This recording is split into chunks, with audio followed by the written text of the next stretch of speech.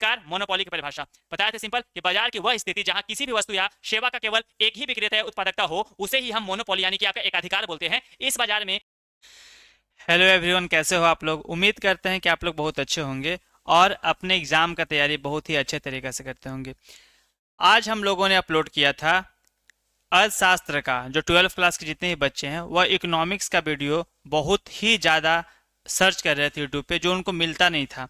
लेकिन हम लोगों ने 5 साल के प्रीवियस ईयर क्वेश्चन को देखते हुए बहुत ही अच्छे अच्छे क्वेश्चन फ्रेम किए हैं और आपको एक सीरीज ऑफ वीडियोस मिलेगा जिसमें 5-6 से लेकर 7 वीडियो रहेंगे और 5 साल का पूरा प्रीवियस ईयर 3 मार्क्स का, 2 मार्क्स का एंड 4 एंड 5 मार्क्स का सारे, देखिए पहले 4 मार्क्स का ही पूछता था, 5 मार्क्स का भी आता था, तो सारे क्वेश्चन को कवर किए जाएंगे। साथ में आपको 2 वीडियो ऐसे मिलेंगे जिसमें सारे के सारे 1 लाइनर कंप्लीट रहेंगे। अभी उसका पीडीएफ तैयार हो रहा है, जब तक पीपीटी तैयार नहीं होगा तब तक आप लोग के लिए आधा अधूरा चीज नहीं आएगा। यानी कि 5 सालों में कम से कम 100 से 120 क्वेश्चंस पूछे गए हैं, वह सारे क्वेश्चंस को करवाए जाएंगे और उसके साथ में एक्सप्लेनेशन भी आपको देखने के लिए मिलेगा। आप यहाँ पे देख रहे होंगे कि साफ साफ दिया गया है कि जितने भी बच्चे 12th के हैं जो चाहते हैं कि हमको फुल मार्क्स लाना है तो 2 और 3 मार्क्स का जो क्वेश्चन है यहाँ पे आपको देखने के लिए मिलेगा। लेकिन याद रखिएगा, जो 3 मार्क्स का क्वेश्चन है, 2 मार्क्स का क्वेश्चन है, उसी को बार बार रिपीट करके पूछता है एग्जामिनर। क्या करता है, उसी को बार बार, कभी उसका लेंथ बड़ा कर देगा, एक्सप्लेन करने दे देगा और आपसे पूछेगा कि 3 मार्क्स का बताएं, कितना मार्क्स का बताएं, 3 मार्क्स का, और उसी क्वेश्चंस में कभी कभी आपको 2 मार्क्स का दे देगा। तो इसको ध्यान रखना है, इसको करना है। अब एक एक करके समझेंगे किसमें कितना ज्यादा लिखना है। बहुत सारे बच्चों का डिमांड था कि भैया से हिंदी में आप नहीं लाते हैं, तो यहाँ पे हिंदी में भी आपको देखने के लिए मिल जाएगा और साथ में इंग्लिश में भी देखने के लिए मिलेगा। यानी किसी बच्चों को प्रॉब्लम नहीं होगा। और किसी का यदि इंग्लिश नहीं भी है, ठीक है ना, सपोज कीजिए कि इसमें कोई ऐसे स्लाइड आएंगे जहाँ पे आपको इंग्लिश नहीं देखने के लिए मिलेगा, तो हम आपको हिंदी में ही समझाएंगे। आप चाहे तो नोट डाउन कर सकते हैं, आप लिख सकते हैं और एग्जाम में जाकर के हूबहू ऐसे ही चिपका देना है, लिख देना है, तो आपको आराम से नंबर मिल जाएगा। वैसे भी हम हिंदी में ही समझाते हैं। तो चलिए एक एक करके समझते हैं। जो सबसे पहला क्वेश्चन है जो इजिली 2 नंबर में पूछा जाता है कि what is the difference between the substitute goods and the complementary goods. देखिए, substitute goods and complementary goods आपको पहले भी समझा चुके थे। जैसे सुबह का वीडियो आप देखे होंगे तो आप लोग देखिए और जाके समझिए क्या होता है, बताए थे। देखिए, एक आपको सब्स्टिट्यूट गुड्स बताए थे। इसका मतलब ये होता है कि सपोज कीजिए कि आपके पास कोई ऐसा चीज है जो उसके जगह पे आ सकता है, जो उसके जगह पे यूज हो सकता है, उसको हम लोग सब्स्टिट्यूट गुड्स बोलते हैं। जैसे सपोज कीजिए बताए थे कि यदि प्लास्टिक है और साथ में लकड़ी है, लेकिन किसी एक चीज का रेट बढ़ जाता है और किसी एक का कम हो जाता है, तो उसके जगह पे लोग, जैसे प्लास्टिक का रेट कम है तो लोग प्लास्टिक का यूज करते हैं, लकड़ी का यूज नहीं करते हैं। लेकिन सपोज कीजिए कि लकड़ी का रेट कम हो जाता है तो लोग प्लास्टिक की जगह पे किस पे शिफ्ट हो जाएंगे। यदि 10-20% एक्स्ट्रा भी लगता है तो लोग किस पे शिफ्ट हो जाएंगे, तो आपका लकड़ी पे शिफ्ट हो जाएंगे। तो उसी को हम लोग सब्स्टिट्यूट गुड बोलते हैं। या फिर ऐसे समझिए कि यदि आप डेली चाय पीते हैं, चाय लवर हैं, और यदि आपका चाय का रेट बढ़ जाता है और कॉफी के आसपास आ जाता है तो आप चाय छोड़ करके कॉफी पे शिफ्ट हो जाएंगे। उसी को हम लोग सब्स्टिट्यूट गुड बोलते हैं। दूसरा होता है आपका कॉम्प्लीमेंट्री गुड्स। क्या है कॉम्प्लीमेंट्री गुड्स? देखिए क्या होता है कॉम्प्लीमेंट्री गुड्स। इसका सिंपल ए मतलब है कि जब आप किसी चीज को लेते हैं, खरीदते हैं, तो उसके साथ में दूसरा चीज चाहिए ही होता है। जैसे सपोज कीजिए कि यदि आप फोन लेते हैं तो फोन के साथ में आपको चार्जर चाहिए ही होता है, उसी को हम लोग कॉम्प्लीमेंट्री गुड्स बोलते हैं। तो सबसे पहले ये समझिए कि क्या होता है सब्स्टिट्यूट गुड्स। तो जैसे सब्स्टिट्यूट गुड्स आर प्रोडक्ट्स, एक ऐसे प्रोडक्ट्स होते हैं that can be used in place of each other, यानी कि एक दूसरे की जगह पे यूज किए जा सकते हैं। कॉफी या फिर चाय दोनों एक साथ यूज नहीं होते हैं, दोनों एक कर करके यूज होते हैं। सपोज कीजिए चाय नहीं है तो लोग कॉफी से काम चला लेंगे, कॉफी नहीं है तो लोग चाय से काम चला लेंगे, ठंडा नहीं है तो लोग क्या करेंगे, मिरिंडा पी लेंगे, मिरिंडा नहीं तो कोको कोला पी लेंगे। सारे के सारे सब्स्टिट्यूट गुड्स के अंदर में आएंगे। दूसरा होता है डिमांड फॉर सब्स्टिट्यूट। देखिए कोई भी सब्स्टिट्यूट गुड्स का डिमांड तब बढ़ता है ना जब एक का प्राइस बढ़ जाएगा या फिर कम हो जाएगा, तो उसका जो अल्टरनेटिव अवेलेबल है लोगों के पास उसका यूज ज्यादा करने लगते हैं। दूसरा होता है आपका कॉम्प्लीमेंट्री गुड्स। देखिए ऐसे गुड्स को कॉम्प्लीमेंट्री गुड्स बोलते हैं, यानी कि जब कोई चीज आप खरीदते हैं तो उसके साथ में आपको उसके अल्टरनेटिव्स नहीं, याद रखिएगा, उसके साथ में एक ऐसा प्रोडक्ट मिलेगा जो कि बहुत ज्यादा नीड होता है, जरूरत होता है, उसके बिना आप उस प्रोडक्ट का यूज नहीं कर सकते हैं, तो उसी को हम लोग बोलते हैं complementary goods. Complementary goods are produce that are products that are use together, जो एक साथ यूज होते हैं। If the price is one goods rises the demand of its component usually decrease. देखिए क्या होता है ना कि यहाँ पे सिंपल क्या था कि यदि एक का प्राइस बढ़ रहा है तो लोग दूसरे की तरफ शिफ्ट हो जाते हैं। यहाँ पे सिंपल अपोजिट है कि जब किसी एक का प्राइस बढ़ेगा, ठीक है, किसी चीज़ का डिमांड बढ़ रहा है, तो जो कॉम्प्लीमेंट्री गुड्स होगा उसका प्राइस डिक्रीज करेगा। जैसे ऐसे समझिए ना कि यदि आप हेडफोन यूज कर रहे हैं और फोन यूज कर रहे हैं, ठीक है, लेकिन फोन और एयरफोन दोनों एक साथ यूज होता है, क्योंकि अभी के टाइम पे तो फोन से एयरफोन का भी अल्टरनेटिव आ चुका है कि आप बहुत ज़्यादा ईयरबड्स से भी यूज कर सकते हैं। तो एक का प्राइस सपोज कीजिए, फोन का प्राइस क्या हो जाता है, इंक्रीज हो जाता है, बढ़ जाता है, तो लोग क्या करेंगे, जो बाकी अदर प्रोडक्ट है उसको खरीदना कम कर देंगे, क्योंकि फोन ही इतना महंगा मिल रहा है तो बाकी चीज़ों के अफोर्ड नहीं कर सकते हैं, शायद नहीं ले सकते तो नहीं लेंगे। तो वो चीज़ यहाँ पे समझाया गया है। अब देखिए हिंदी वाले बच्चों, सिंपल जो समझा है उसी को लिखना है, यहाँ पे ज्यादा दिमाग नहीं लगाना है। आप देखिए कॉम्प्लीमेंट्री गुड्स का मतलब होता है पूरक वस्तु, और सब्स्टिट्यूट गुड का मतलब होता है क्या है, स्थानापन्न वस्तुएं, ठीक है, यानी कि उसके स्थान पर जो वस्तु आता है उसी को हम लोग स्थानापन्न वस्तुएं बोलते हैं। और दूसरा आपका पूरक वस्तुएं, पूरक वस्तु का मतलब होता है कि यदि एक ऑब्जेक्ट आपके पास है और उसके साथ में दूसरा ऑब्जेक्ट आप यूज करेंगे, क्योंकि वो नहीं रहेगा तो आप उस सब्जेक्ट को अच्छे तरीके से यूज नहीं कर सकते हैं। देखिए परिभाषा क्या लिखी है कि ऐसी वस्तु जो एक दूसरे की जगह ली जा सकती है उसे हम क्या कहते हैं, तो आपका स्थानापन्न वस्तु कहते हैं, और जो जरूरत को पूरा करने के लिए होता है। सपोज कीजिए कि आपके पास एक चीज है और वो अवेलेबल नहीं है, फिर उसका रेट ज्यादा है, तो आप दूसरे चीजों को लेंगे जिससे उसका रेट कम रहेगा और उसके जगह पे आ सकता है। मांग का प्रभाव भी होता है। मांग का प्रभाव कैसे होता है कि जब एक वस्तु का कीमत बढ़ने लगता है तो वही जो दूसरे वस्तु होता है जो कि उसके जगह पे स्थानापन्न वस्तु होता है उसका डिमांड बढ़ जाता है, जिसको हम प्रतिस्पर्धी मांग भी कहते हैं। कैसे कहते हैं, देखिए प्रतिस्पर्धा का मतलब हुआ कि यदि आपके पास दो ऑब्जेक्ट हैं तो एक का डिमांड बढ़ रहा है, क्यों, क्योंकि शायद हो सकता है कि उसका रेट कम हुआ है, तो जो चाहे फिर कंप्लीमेंट्री जो गुड्स है ना, जो सब्स्टिट्यूट गुड्स है उसका रेट बहुत ज्यादा बढ़ गया है, तो जो दूसरा ऑब्जेक्ट है उसको लोग अपने आप पे खरीदना शुरू कर देते हैं। ठीक है, अब उदाहरण, चाय और कॉफी एक जैसे यूज होता है, पेप्सी और कोको कोला एक जैसा, मक्खन और मर्जरीन, ठीक है, मार्जरीन, ठीक है, सारे के सारे एक ही जैसे प्रोडक्ट हैं। यदि ए नहीं यूज करेंगे तो लोग कॉफी यूज करेंगे, पेप्सी नहीं तो कोको कोला यूज करेंगे, सारे के सारे एक की जगह पे आते हैं इसके वजह से। सेकंड देखिए पूरक वस्तुएं क्या होता है, तो परिभाषा की ऐसी वस्तु जिनका उपयोग एक साथ किया जाता है और एक दूसरे के साथ मिलकर काम करते हैं उसी को हम लोग पूरक वस्तु बोलते हैं। यानी कि ये अलग अलग काम नहीं करेगा, इसको एक साथ ही यूज में आता है। और मांग का प्रभाव भी होता है, एक वस्तु की कीमत बढ़ने से दूसरे की मांग घट जाती है, संयुक्त मांग है। क्या बताए, एक साथ यूज होता है ना बाबू। तो जब एक सामान आप लेने जाते हैं फोन लेने, तो फोन यदि महंगा मिलता है तो आपके पापा बोलते हैं कि बेटा इस बार हेडफोन मत दो, अगले बार आपको हेडफोन लेकर के दे देंगे, तो इसीलिए इसको हम लोग क्या बोलते हैं, पूरक वस्तु बोलते हैं। और उदाहरण जैसे कार और पेट्रोल, ठीक है, कार का दाम बढ़ेगा चाहे पेट्रोल का दाम बढ़ेगा तो कार का बिक्री अपने आप कम हो जाएगा। पेन और स्याही, ठीक है, मोबाइल फोन और चार्जर, ये सब सारा आपको देखने के लिए मिलता है। नेक्स्ट देखिए, नेक्स्ट है आपका भाई साहब। देखिए अब आप ये समझिए ना कि एक क्वेश्चन कौन सा साल नहीं आया है। यदि आप पढ़ने वाले बच्चे हैं ना तो जाइए पलट के देखिए, 2020 से लेकर 2025 तक में आपको एक क्वेश्चन हर बार मिलेगा। एक क्वेश्चन ए हो गया और दूसरा question what is national economy, ठीक है, व्हाट इज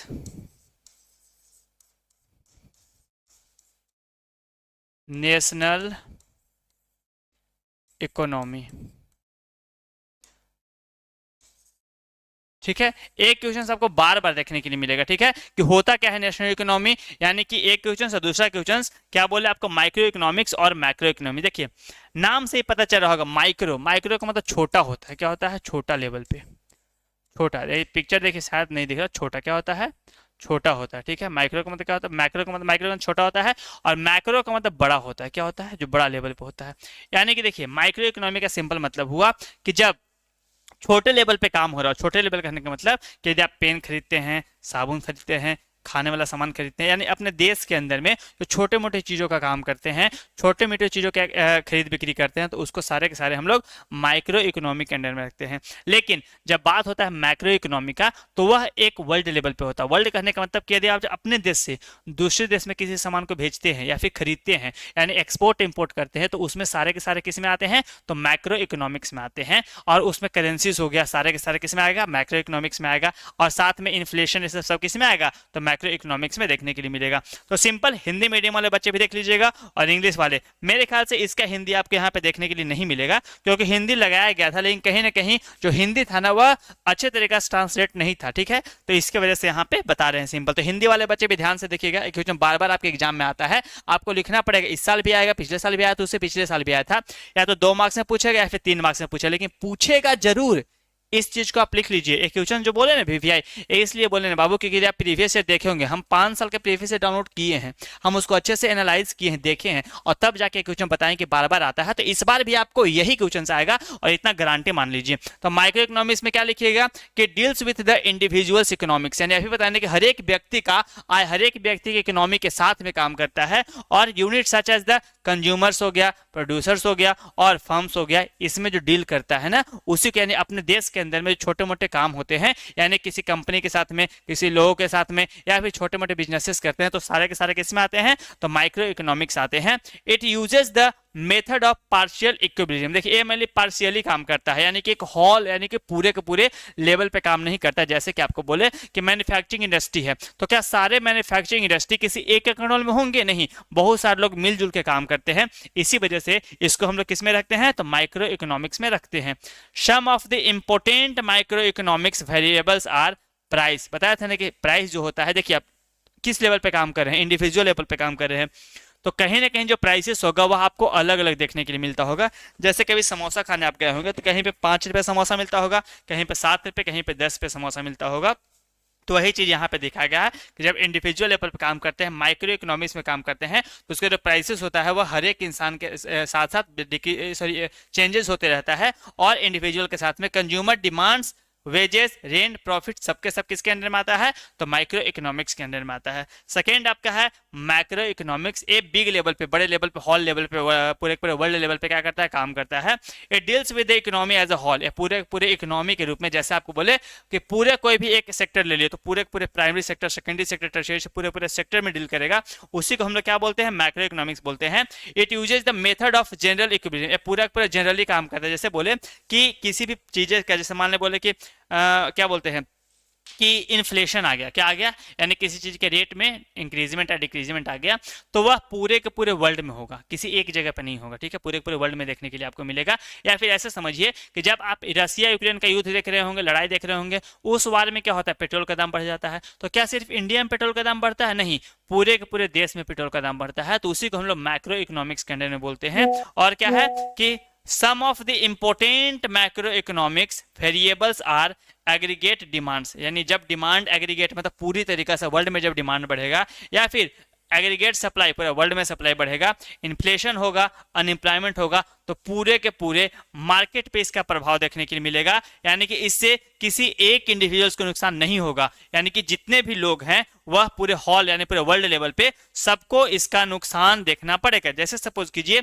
कि आप देखते हो किसी भी चीजों का प्राइस बढ़ गया, पेट्रोल का एग्जांपल दिए। अब सपोज कीजिए कि आप किसी फोन को यूज करते होंगे, तो उस फोन का यदि डिमांड बढ़ गया, या फिर लेबर कॉस्ट बढ़ गया, या फिर जो भी उसमें कंपोनेंट्स यूज हो रहे हैं उसका रेट बढ़ गया, तो कहीं ना कहीं जो प्राइस है फोन का वह बढ़ जाएगा। और पूरे के पूरे वर्ल्ड में इसका इन्फ्लेशन, इसका जो रेट बढ़ा हुआ है वो दिखाई आपको देगा, ध्यान रखिएगा।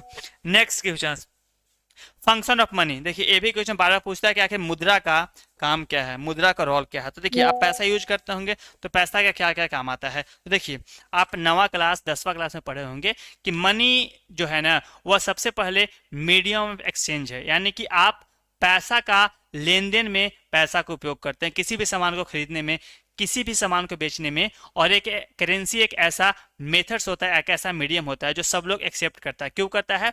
क्योंकि ये कहीं ना कहीं गवर्नमेंट बैक्ड होता है, गवर्नमेंट के द्वारा सपोर्ट प्रोवाइड करवाया जाता है, और गवर्नमेंट इसको लीगल टेंडर मानती है। क्या मानती है? लीगल टेंडर, यानी कोई भी इंसान इसको रिफ्यूज नहीं कर सकता, ये नहीं बोल सकता कि हम इस चीज को नहीं लेंगे, ठीक है। इसके वजह से, लेकिन मनी से पहले आप जाएंगे तो आपको एक सिस्टम मिलता था, उसको बोलते थे बैटर सिस्टम।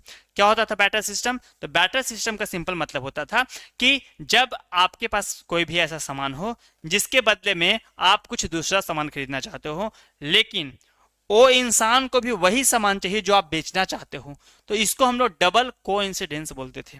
अब जब मनी नहीं था तो डबल कोइंसिडेंस बहुत ही मुश्किल से मिलता था। सपोज कीजिए कि यदि आपको मिक्सचर खाने का मन है और आप अपने पास बिस्किट रखे हुए हैं, तो आपको एक ऐसा इंसान को खोजना होगा जो मिक्सचर बेच रहा हो, क्योंकि आप खरीदेंगे, और उसको बिस्कुट का नीड हो, तभी जाकर के आप ले सकते थे, वरना आपको नहीं मिलेगा। इसी को हम लोग बोलते हैं डबल कोइंसिडेंस ऑफ वांट्स, ठीक है। तो जो कि बहुत ज्यादा मुश्किल से मिलता था। तो जब मनी आया ना, तो मनी कहीं ना कहीं बहुत ज्यादा प्रॉफिटेबल था, यानी कि लोगों को अब डबल कोइंसिडेंस ऑफ वांट्स नहीं चाहिए था। लोग आसानी से क्या कर पा रहे थे? तो मनी के द्वारा कोई भी सामान को खरीद पा रहे थे। तो इसी वजह से बहुत ही बेस्ट है किस चीज के लिए? तो मीडियम ऑफ एक्सचेंज के लिए। यानी कि मनी का जो सबसे पहला काम है वह मीडियम ऑफ एक्सचेंज का है। आप एग्जांपल में लिखिएगा, सबसे पहले लिखिएगा फंक्शन ऑफ मनी, नीचे लिखिएगा कि मनी वर्क या फिर act as a medium of exchange, यानी कि money is use to buy and sell goods and services. It remove the difficulties of barter system, यानी कि बार्टर सिस्टम के डिफिकल्टी को खत्म करने में काम करता है। सेकेंड पॉइंट बोलिएगा कि मेजर ऑफ वैल्यू, ठीक है, यानी कि यूनिट ऑफ अकाउंट, यानी कि money measures and compares the value of different goods and services in the term of prices. यानी कि देखिए, सपोज कीजिए कि आप मिक्सचर बेचना चाह रहे थे, बिस्किट खरीदना चाह रहे थे, मिक्सचर बेचना चाह रहे थे, लेकिन अब मिक्सचर का रेट कुछ और होगा, बिस्किट का कुछ और होगा, तो आप लोग वहां पे ना प्राइस डिफरेंशिएट नहीं कर पा रहे हैं, ठीक है। आपको प्राइस के बारे में नहीं पता चल पा रहा है, किसका प्राइस कम हो किसका ज्यादा होगा, जो कि सबसे ज्यादा ड्रॉबैक था, सबसे ज्यादा नुकसानदायक था। यदि आपके पास महंगा चीज है तो आप सस्ता खरीद के आ जाते थे और आप उसका वैल्यू ही नहीं फिक्स कर पाते थे और आपको नुकसान हो जाता था। लेकिन जो वैल्यू है ना, जो पैसा है, वह कहीं ना कहीं एक मेजरमेंट तरीका अपनाता है, जिससे हर एक चीजों का जो वैल्यू है टर्म्स ऑफ प्राइसेस में, टर्म्स ऑफ मनी में, वह मेंशन करता है कि भैया इतना पैसा है, इसका रेट होगा। जैसे आप किसी चीज को देखते होंगे तो बोलते होंगे, जैसे आपका दोस्त देखते होंगे ना, जब भी कोई सामान खरीद कर आता है तो आपके साथ कितना फ्लॉन्ट करता है कि भाई पता है आज ने यहाँ गए थे, ये सामान खरीदे थे, तो कैसे आप बोलते 500 ज्यादा का नहीं होगा, 400 का तो पक्का होगा, उससे ज्यादा 100% नहीं होगा। ऐसा क्यों बोलते हैं? क्योंकि आपको कहीं ना कहीं उसके प्राइस के बारे में पता है कि आखिर इसका प्राइस वैल्यू कितना हो सकता है। तो मेजर्स ऑफ प्राइसेस वैल्यू, यानी कि उसको फिक्स करने में काम करता है। और तीसरा क्या लिख दीजिएगा आप? तो आप तीसरा लिख सकते हैं स्टोर ऑफ वैल्यू। तीसरा पॉइंट लिख दीजिएगा कि यानी कि money can be saved for future use and it retain as the value of a time. देखिए, लेकिन याद रखिएगा, जब इन्फ्लेशन होता है किसी देश में तो पैसा का वैल्यू भी कम हो जाता है, ठीक। कैसे कम हो जाता है सर? तो ऐसे समझिए कि यदि आपके देश में, ठीक है, यदि करेंसीज का रेट अभी क्या है कि आपको एक 90 रुपया लाना पड़ेगा तो आपको $1 मिलेगा। एक्सचेंज ऑफ मनी भी एग्जाम में आपको देखने के लिए मिलता है कि होता क्या है एक्सचेंज ऑफ मनी, उसको एक्सप्लेन कीजिए। तो आगे भी शायद क्वेश्चंस ऐड किए होंगे, ऐड होगा तो आपको बताया जाएगा। तो देखिए क्या बोले आपको, सिंपल कि अभी 90 रुपया लाइएगा तो आपको $1 मिलेगा। तो ये स्टार्टिंग में पहले बहुत कम था, यानी कि आपको 90 रुपया नहीं देना पड़ता था, 20 रुपया, 30 रुपया, 40 रुपया, ऐसा होते होते 90 रुपया हो गया।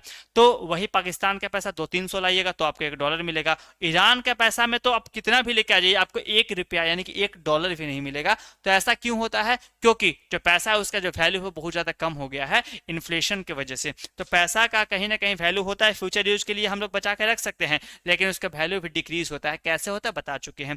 अब ट्रांसफर ऑफ वैल्यू, यानी कि money help in transferring purchasing power. देखिए, परचेजिंग पावर इंसान का डिपेंड करता है मनी के ऊपर। आपका जितना ज्यादा पैसा होगा उतना ही ज्यादा आप परचेजिंग पावर रख पाएंगे, और जितना कम पैसा होगा ना उतना ही आप कम सामान खरीदेंगे from the place to person another. और लास्ट पॉइंट देख लीजिए कि standard of deferred payment, money is used to settle debt debt to be paid in the future, यानी कि मनी रहेगा तो आप अपना डेट को भी कंप्लीट कर सकते हैं, आराम से उसको भर सकते हैं, कोई भी दिक्कत आपको नहीं होगा। और यहाँ पे हिंदी में देखिए आपको 3 पॉइंट हिंदी में ही बताया गया है, वही सेम पॉइंट को यहाँ पे बोले हैं, आप सेम देख लीजिए। बहुत सारे बच्चे डिमांड करते हैं हिंदी हिंदी हिंदी, हिंदी में भी लेकर के आ गए हैं, आपको परेशानी नहीं है, जिसको हिंदी में समझना होगा यहाँ पे हिंदी में समझ सकते हैं। सेम चीज यहाँ पे है, प्राइमरी फंक्शन ऑफ मनी होता क्या है, तो सबसे पहले विनिमय का माध्यम, मीडियम ऑफ एक्सचेंज, यानी कि मुद्रा का सबसे महत्वपूर्ण कार्य वस्तुओं और सेवाओं के लेन देन को सरल बनाना है, यानी कि बहुत ज्यादा इजी बना देता है, और इसका आवश्यकता दोहरे संयोग, अभी बताया था डबल कोइंसिडेंस, उसको कम करता है और उसके समस्या को समाप्त करता है। दूसरा पॉइंट क्या बोले थे, मेजर ऑफ वैल्यू, वैल्यू यानी किसी चीज का वैल्यू लगाने में बहुत ज्यादा इंपॉर्टेंट रोल निभाता है, यानी कि मुद्रा एक सामान्य इकाई के रूप में कार्य करती है जिसमें सभी वस्तुएं और सेवाओं के मूल्य को मापा जा सकता है, जैसे कि रुपया में, ठीक है। अब रुपया हो गया, डॉलर हो गया, अलग अलग करेंसीज में आप किसी भी चीज का वैल्यू लगा सकते हैं, रेट लगा सकते हैं। तीसरा द्वितीय और सहायक कार्य क्या होता है, सेकेंडरी, प्राइमरी फंक्शन था, दूसरा था सबसे इंपॉर्टेंट फंक्शन ये है, और दूसरा आपका यदि भूल नहीं रहे हैं, याद है तो आप इसको लिख सकते हैं, standard of difference payment, and मुद्रा के कारण भविष्य में किए जाने वाले जितने भी भुगतान हैं, जैसे कि ऋण और ब्याज हो गया, वो आसान हो गए हैं, आप आसानी से भर सकते हैं, इसको हम लोग बोलते हैं स्थगित भुगतानों का मान। और लास्ट आपका है मूल्य का संचय, यानी कि स्टोर ऑफ वैल्यू, तो मुद्रा को भविष्य के लिए संचित यानी कि सेव करके रखा जा सकता है, क्योंकि यह खराब नहीं होती है और इसके क्रय शक्ति को सुरक्षित रखा जा सकता है, बशर्ते क्या है कि कोई भी कंपनी अपने आप को, कोई भी देश अपने आप को डिफॉल्टर साबित ना कर दे और उसका करेंसीज का वैल्यू बहुत ज्यादा ना गिर जाए। वैल्यू बहुत ज्यादा इंपॉर्टेंट है, वैल्यू आपका हो, वैल्यू मेरा हो, या फिर वैल्यू मुद्रा का हो, बिना वैल्यू के कोई भी चीज नहीं हो सकता है, ध्यान रखिएगा। अब what do you mean by the foreign exchange, यही बताया था कि फॉरेन एक्सचेंज बहुत ज्यादा जरूरी होता है, सारा का सारा जो पैसा, मुद्रा का जो वैल्यू होता है वह कहीं ना कहीं फॉरेन एक्सचेंज पे ही डिपेंड करता है। यह दिखाता है कि किसी करेंसी के पास कितना पावर है, वह कितना कम पैसा में कितना चीज खरीद सकता है, उसका कितना ज्यादा परचेजिंग पावर है। जैसे सपोज कीजिए यदि आप इंडिया में 1 लाख डॉलर लेकर के आ जाते हैं तो आपके उसके बदले में आपको 90 लाख रुपया मिलेगा, जो कि बहुत ज्यादा होता है। लेकिन वही इंडिया से आप यूएस शिफ्ट करते हैं तो वहां पे आपको 90 लाख रुपया लेकर के जाइएगा तो आपको $1 मिलेगा, जो कितना ज्यादा डिफरेंस क्रिएट करता है। तो सारा का सारा परचेजिंग पावर जो है वह किसी न किसी करेंसीज पे डिपेंड करता है, और वह उस कंपनी का पावर को दिखाता है। यहाँ पे आपको डॉलर देखने के लिए मिल रहा होगा, ध्यान से समझिए। देखिए क्या है, 1 USD 1 यूरो जो कि 90 रुपीज के बराबर है, और 1 यूरो 1.1 USD के बराबर है। तो आपको यहाँ से परचेजिंग पावर, यहाँ से आपको एक्सचेंज वैल्यू समझ में आएगा। क्या कि होता क्या है, एक्सचेंज रेट ऑफ करेंसी। देखिए करेंसी का एक्सचेंज रेट का मतलब हुआ कि बहुत सारे देश है वर्ल्ड में, तो हर एक देश का अपना इकोनॉमी होता है, उस इकोनॉमी पे उसका पैसा का वैल्यू डिपेंड करता है। सपोज कीजिए कैसे बोला जाता है कि जो बात अभी हम बोल रहे हैं आपको लगता है कि सर क्या ही पढ़ा लेंगे, क्या ही बता देंगे, लेकिन यही आपको मेरी जगह पे एक ऐसे टीचर आएंगे जो कि शायद आपके लिए नोन होंगे, शायद उनका बहुत ज़्यादा फॉलोअर्स होंगे, तो कहीं ना कहीं आप उनके बातों को विश्वास कर लेते हैं कि हाँ ये जो भी पढ़ाएंगे, गलत भी पढ़ाएंगे तो मेरे लिए सही होगा। तो वही चीज़ यहाँ पे वैल्यू किसी चीज में ऐड होता है उसके इकोनॉमी पे। यदि कोई देश बहुत ज्यादा ताकतवर है तो उसका जो करेंसीज है उसका भी रेट क्या होगा, बहुत ज्यादा होगा, और कोई देश गरीब है तो कितना भी उसके पास इकोनॉमी पावर है ही नहीं, परचेजिंग पावर है ही नहीं, तो उसका जो करेंसी का वैल्यू होगा बहुत ज्यादा कम होगा। आप ईरान के केस या फिर क्या बोलते हैं इंडिया का, क्या बोलते हैं बगल इंडिया का तो बहुत ठीक ठाक है, मतलब गिरा हुआ है लेकिन ठीक ठाक ही है। उसके बाद आप पाकिस्तान में चले जाइए, अफगानिस्तान में चले जाइए, तो ये सब का करेंसी का रेट बहुत ज़्यादा ही कम है, यानी कि वर्ल्ड में इनका करेंसी लेके जाइएगा तो आपको कोई भी सामान नहीं मिलेगा। इंडिया में से तो कम से कम कुछ देशों में मिल भी जाएगा लेकिन बाकी से नहीं मिलेगा। वही आप US डॉलर लेके जाएंगे तो वर्ल्ड के किसी भी कोना में चले जाएं तो आपको उसके बदला में एक अच्छा खासा वैल्यू मिल जाएगा। तो कैसे लिखेंगे, बताए थे कि जो the price of one currency is terms of another currency, यानी कि जब एक करेंसी का प्राइस दूसरे करेंसी के कंपेरिजन में क्या है उसी को हम लोग एक्सचेंज रेट ऑफ करेंसी बोलते हैं। Determined by the exchange market, ये डिपेंड करता है मार्केट पे, हम लोग डिसाइड नहीं करते, कोई देश डिसाइड नहीं करता है, उसका इकोनॉमी डिसाइड करता है, उसमें इन्वेस्ट करने वाले इन्वेस्टर डिसाइड करते हैं और उसका मार्केट डिसाइड करता है। Affected by supply and demand, और डिमांड और सप्लाई पे इफेक्ट होता है। सपोज कीजिए कि इंडिया का करेंसीज का बहुत ज्यादा फ्लो मार्केट में हो गया है तो उसका वैल्यू कम हो जाएगा, जब बहुत कम फ्लो है तो उसका मार्केट में रेट बढ़ जाएगा। ठीक है, अब crucial for international trade and investment, यदि आपको किसी भी देश में इन्वेस्टमेंट करना है तो बहुत ज्यादा इंपॉर्टेंट होता है कि आपके पास करेंसीज का एक्सचेंज होना चाहिए। यदि आप करेंसीज का एक्सचेंज नहीं कर पाते हैं तो बहुत सारे देश आपको अपने करेंसीज में एक्सेप्ट नहीं करेंगे, तो आपको डॉलर में देना पड़ता है। तो इसकी वजह से बहुत ज्यादा जरूरी है कि आपको एक्सचेंज रेट करवाना ही पड़ेगा।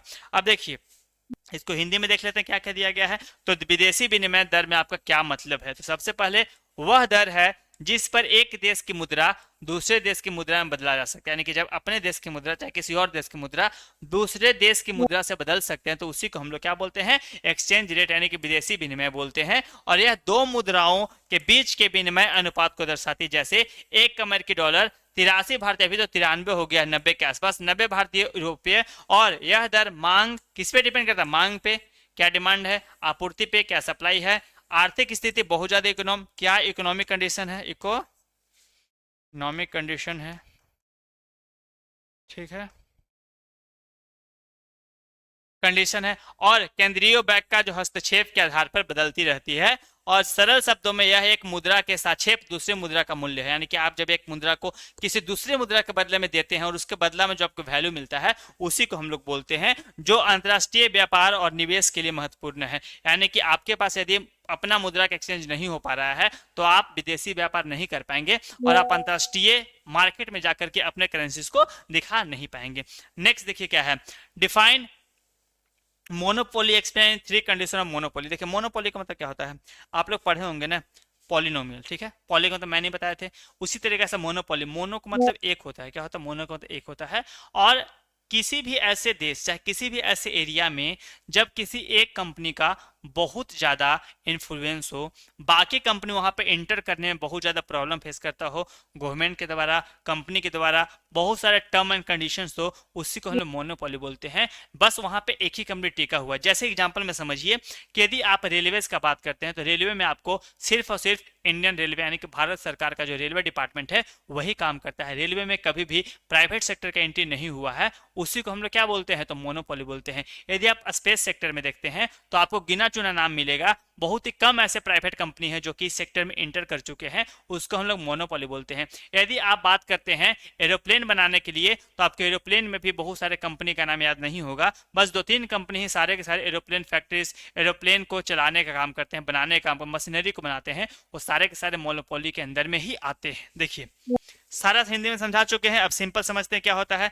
Monopoly is a market, monopoly एक ऐसा मार्केट होता है जिसमें in which there is a single seller, एक ही सेलर होता है, of a product which has no close substitute, जिसका कोई भी क्लोज सब्सिट्यूट नहीं होता है, और the monopolist has full control over the supply and prices of the product. और जो मोनोपोलिस्ट होता है यानी कि जो मोनोपोली को कंट्रोल करता है उसके पास पूरा का पूरा पावर होता है कि हमको सप्लाई कितना करना है, रेट कितना रखना है। यदि सप्लाई को कम कर देगा तो रेट बहुत ज्यादा बढ़ जाएगा, और सप्लाई को बहुत ज्यादा कर देगा तो रेट बहुत ज्यादा कम हो जाएगा। वह डिपेंड किस पे करता है, तो जो कंपनी है मोनोपोलिस्ट उस कंपनी पे डिपेंड करता है, वही अपना हिसाब से काम करता है।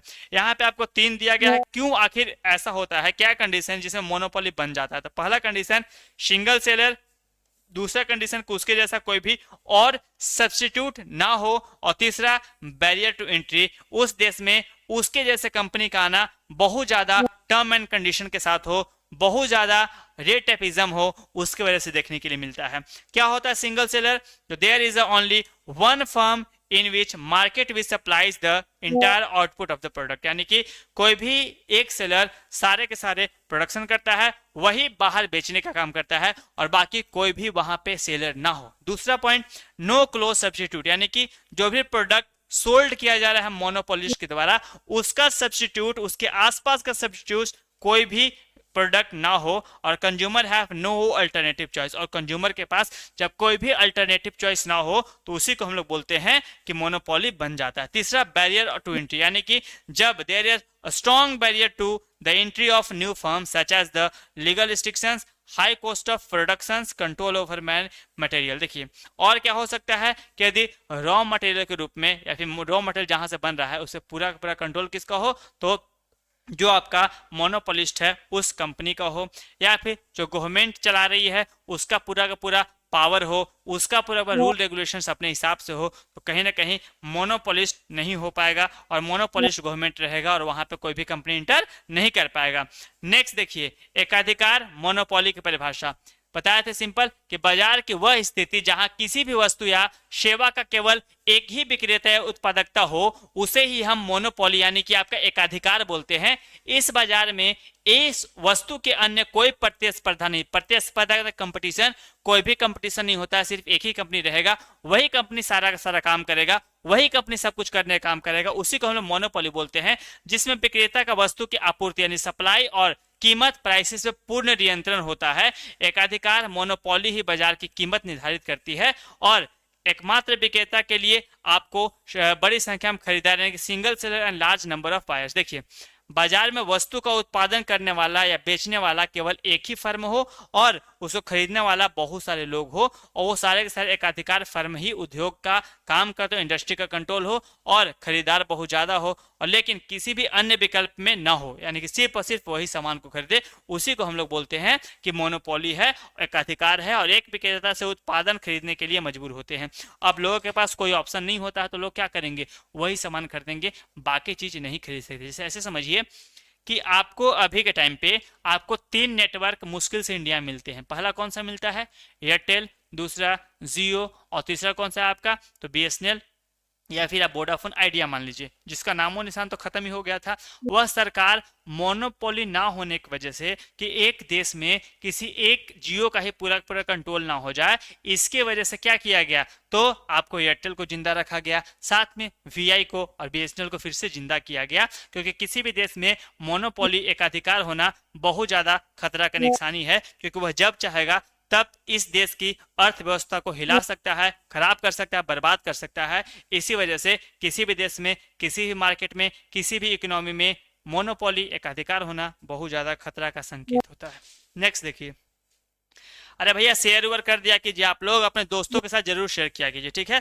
आप लोग कमेंट करते हैं, शेयर करते हैं तो हम लोग को मोटिवेशन मिलता है, तब जाके लगता है कि आपके लिए मेहनत किया जाए, वीडियो लाया जाए। यदि आप लोग कमेंट, लाइक, सब्सक्राइब नहीं करेंगे तो हम लोग आप लोग को लिए कितना ही मेहनत कर लेंगे। यदि आपके लिए मेहनत कर रहे हैं तो कहीं ना कहीं उसके बदला में हम लोग को भी मोटिवेशन चाहिए होता है। तो आप अपने दोस्तों के साथ जरूर शेयर करें, बताएं कि आपको इकोनॉमिक्स से रिलेटेड सारे प्रीवियस ईयर हो या फिर जो इंपॉर्टेंट क्वेश्चंस एग्जाम में बार बार आते हैं वो यहाँ पे करवाए जा रहे हैं। तो आप देखने के लिए बोलिए, कमेंट करके जरूर बताएं कैसा आपका वीडियो लगता है और साथ में शेयर जरूर करें, ठीक है। अब सेम ही चीज बताया आपको कि जो भी सब्स्टिट्यूट गुड होता है यानी मिलता जुलता गुड्स होता है, वह यदि ना रहे तो वहां पे मोनोपोली देखने के लिए मिलता है। और अगर एकाधिकार वस्तु की कीमत बढ़ाता है तो उपभोक्ता के पास उसे छोड़ने का कोई विकल्प नहीं होता, उसको खरीदना ही पड़ेगा। उदाहरण के लिए भारतीय रेलवे, यदि भारतीय रेलवे के क्षेत्र में सिर्फ एक ही है भारतीय रेलवे, यदि उसका रेट कितना भी बढ़ जाए तो लोग उसी से ट्रेवल करेंगे, क्योंकि उसके बाद उनके पास कोई भी सब्स्टिट्यूट नहीं है। ए नए फर्म में प्रवेश पर प्रतिबंध बताया था कि बैरियर जब यदि होगा किसी भी बाकी फर्म को एंट्री करने में, यानी एकाधिकार बाजार में किसी दूसरी नई फर्म के प्रवेश की कोई गुंजाइश नहीं होती है, यानी कि वहां पे बाकी कंपनी नहीं आ सकती है। ए प्रतिबंध कानूनी, जैसे कि पेटेंट करवाने में दिक्कत होगा, लाइसेंस लेने में दिक्कत होगा, प्राकृतिक जैसे मुख्य संसाधनों पर पूरी तरीके से गवर्नमेंट का प्रभाव होगा, कृत्रिम जैसे कि बहुत सारे अधिक शुरुआती लागत लगेंगे, तो इसकी वजह से बहुत सारे कंपनी यहाँ पे आना नहीं चाहेगी और एकाधिकार बना ही रहेगा। Next question, explain 3 function of commercial bank. देखिए बहुत इंपॉर्टेंट क्वेश्चन है। बैंक के बारे में तो आपके एक क्वेश्चन आएगा, इकोनॉमिक्स पढ़ रहे हैं ना, और यदि बैंक के बारे में ना पूछे तो कैसा इकोनॉमिक्स है भाई, इकोनॉमिक्स नहीं होगा ना। तो बैंक के बारे में पूछेगा ही पूछेगा आपको, या तो आरबीआई के बारे में पूछेगा, कमर्शियल बैंक के बारे में पूछेगा, गवर्नमेंट बैंक के बारे में पूछेगा, लेकिन बैंक के बारे में जरूर पूछेगा कि बैंक का काम क्या होता है, फंक्शन क्या होता है। अब ऐसे समझिए बैंक का काम क्या होता है। बैंक का सिंपल काम होता है भैया कि जो भी पैसा हम लोग डिपॉजिट करते हैं, उस डिपॉजिटेड पैसा का वह क्या करता है, तो बाकी लोगों को जिसको जरूरत होता है पैसा का, उसको लोन प्रोवाइड करवाता है और उस लोन के बदले में उसको पैसा मिलता है, और उससे जो पैसा मिलता है उसका कुछ परसेंटेज हम लोग को देता है। जैसे सपोज कीजिए कि आप यदि 1 लाख का फिक्स डिपॉजिट करवाते हैं तो आपको हर साल 8 से 9% मिलेगा। वही जब किसी को पैसा देगा तो उससे 12 से 13% लेगा, और जो दोनों के बीच में गैप होता है 3 से 4% का, वही प्रॉफिट कौन कमाता है, तो बैंक कमाता है, और उसी से अपना एम्प्लॉयज को पैसा पेमेंट करने का काम करता है। तो सबसे पहले काम होता है बैंक का एक्सेप्ट करना डिपॉजिट को, यानी commercial banks accept money in different types. जैसे कि सेविंग के रूप में, करंट के रूप में एंड फिक्स डिपॉजिट के रूप में। This deposit provide safety of money and earn interest. देखिए, यदि आप फिक्स डिपॉजिट देते हैं तो कहीं ना कहीं सेविंग देते हैं तो कहीं ना कहीं बैंक को पता है कि आप एक टाइम के बाद ही लेंगे, फिक्स पीरियड के बाद ही लेंगे, तो उस पैसा को हम उतना टाइम तक यूज कर सकते हैं और उसके बदले में इंटरेस्ट कमा सकते हैं और आपको भी, डिपॉजिटर को भी इंटरेस्ट दिया जाएगा। They also form the main source of funds of banks. Banks का जो मेन फंड्स होता है वह कहीं ना कहीं कहां से मिलता है, तो आपका जो इंटरेस्ट है वहीं से देखने के लिए मिलता है, जो डिपॉजिटेड मनी है उससे देखने के लिए मिलता है। अब ग्रांटिंग लोन्स, दूसरा क्या कर सकते हैं, लोन को ग्रांट करता है, बताया ना कि पैसा देने का काम करता है। तो commercial banks provide loans at advance to individuals, यानी कि हर एक इंडिविजुअल्स को क्या करता है, लोन प्रोवाइड करवाने का काम करता है। बिजनेसेस को लोन प्रोवाइड करने का काम करता है और साथ में और भी जो एंटिटीज है उनको भी लोन प्रोवाइड करवाने का काम करता है। थर्ड क्या है, क्रेडिट क्रिएशन। कैसे करता है, तो जो कमर्शियल बैंक होता है वह क्रेडिट क्रिएशन करता है बाय कुछ जो डिपॉजिटेड का पैसा रहता है उसको बोरोवर के रूप में multiplying the overall money supply in the economy, और साथ में मनी कंट्रोल भी करता है। यदि बैंक ना रहे तो मनी कंट्रोल नहीं होगा और इन्फ्लेशन बढ़ जाएगा। कैसे बढ़ेगा भैया, आपके दिमाग में एक चीज तो आता होगा कि भैया यदि पैसा छाप सकते हैं तो क्यों नहीं इतना छाप दे कि सब गरीब को 1-1 करोड़ रुपया दे दें।